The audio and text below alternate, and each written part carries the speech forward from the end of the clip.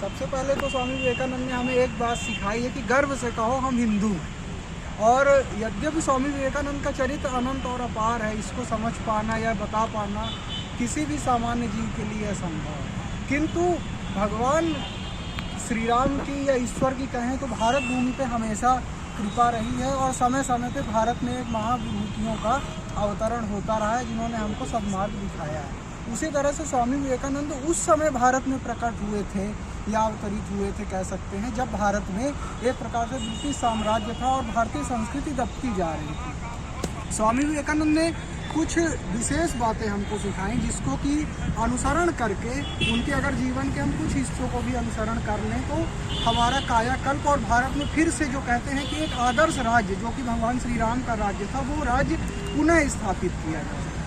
उन्होंने सबसे पहले तो ये सिखाया कि पूरे विश्व में और सभी धर्मों में सिर्फ एक सनातन धर्म हिंदू धर्म और सिर्फ भारत ही एक ऐसा राष्ट्र है जो कि कहीं से भी आए शरणार्थियों को शरण देता है। और इसका एक ये भी देख सकते हैं उदाहरण कि जो भारत है वहाँ पे तो हर व्यक्ति आता है, पर अगर यही इसके उपरांत किसी दूसरे देश में कोई जाता है, जैसे भारत पाकिस्तान का जब बंटवारा हुआ तो दोनों जगह लगभग सेम स्थिति थी। भारत में मुसलमान 2-3% थे और वहाँ पे जाएं आप पाकिस्तान में तो मुसलमान हिंदू शायद 20 से 25% थे, पर आज वो 20 से 25% के हिंदू 2% रह गए पाकिस्तान में, और वो जो 2 से 3% के मुस्लिम थे वो आज यहाँ 20 से 25% हुए। मतलब हमारे देश में सबके लिए समानता है, पर ये शायद और कहीं नहीं मिलता है।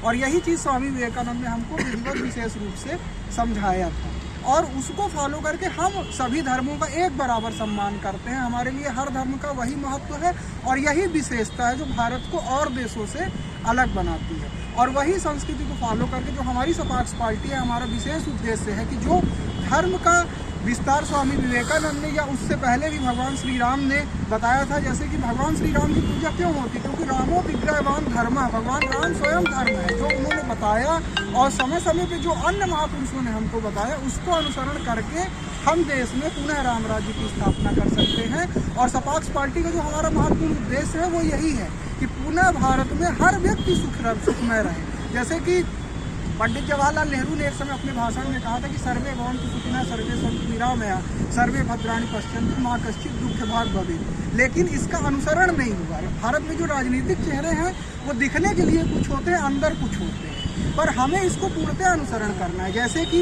समय समय पे कई बार कांग्रेस सरकार ने हमको वादा किया कि हम देश में गौ हत्या बंद कराएंगे, पर वो गौ हत्या आज भी बंद नहीं हुई। 2002 में संसद में प्रस्ताव रखा गया अटल जी के द्वारा कि हम गौ हत्या बंद कराएंगे, पर सरकार डरने के उससे कई पार्टियों ने कहा कि हम अपना सहमत वापस ले लेंगे। तो अटल जी ने सुबह प्रस्ताव रखा और शाम को अपना प्रस्ताव वापस कर लिया। और आज भी देश में यही स्थिति कि गौ हत्या बंद नहीं हो रही, जबकि आपके धर्म का जो मूल है वो है गाय, वो आज तक बंद नहीं हो रहा है। और आपको अगर याद हो तो 1857 की जो क्रांति का मूल आधार था वो भी गौ माता ही थी। और उसके बाद भी आज आज़ादी के लगभग 60 साल 70 साल पार हो गए पर वो बंद नहीं हुआ। देश में जो 5 साल 10 साल के लिए आरक्षण लाया गया था किसी व्यक्ति विशेष को ऊपर उठाने के लिए, ऊपर तो आज तक कोई उठ नहीं पाया, वो उसी स्तर पे है, पर आरक्षण को और बड़े स्तर में लागू किया जा रहा है। जबकि सपाक्स पार्टी का हमारा यही वो है कि जिसको ज़रूरत है उसको आरक्षण देंगे। मतलब हम जाति के आधार पे नहीं, आपकी आर्थिक आधार पे आरक्षण देंगे। इन मूलभूतियों के प्रति और स्वामी विवेकानंद के उन आदर्शों को प्रतिपादित करते हुए देश को हमें पुनः नए रूप में स्थापित करना है। जो अंग्रेजों के द्वारा खाली सत्ता का हस्तांतरण हुआ है, सिर्फ सफ़ेद गोरे अंग्रेज चले गए, काले अंग्रेज आज भी वही राज कर रहे हैं, सिर्फ सत्ता का हस्तांतरण हुआ है। पूर्णतः ना तो राम राज्य आया है ना देश की स्थिति सुधरी। अगर आप देखें तो पहले देश की 7 से 8% आबादी गरीब हुआ करती थी, आज जाके 50-60% 70% आबादी गरीबी रेखा के नीचे आ रही है। क्यों? क्योंकि लोगों का शोषण उसी तरह से बढ़ता जा रहा है। क्यों? क्योंकि व्यवस्थाएं तो कोई बदली नहीं। 1859 का इंडियन इनकम टैक्स एक्ट आज भी उसी तरह लागू है। अंग्रेजों ने 50 तरह से कर वसूली का प्रावधान लाया, वो आज भी उसी तरह लागू है। तो इंडियन पुलिस एक्ट की पुलिस वाले कितना भी डंडा मारे, अगर हम पकड़ लिए तो हम अपराधी हैं, वो डंडा मार रहे हैं तो अपराधी नहीं है। ये सारी नीतियों को हमको सुधारना है। 1862 में अंग्रेजों के द्वारा इंडियन एजुकेशन एक्ट लाया गया, वो आज भी है।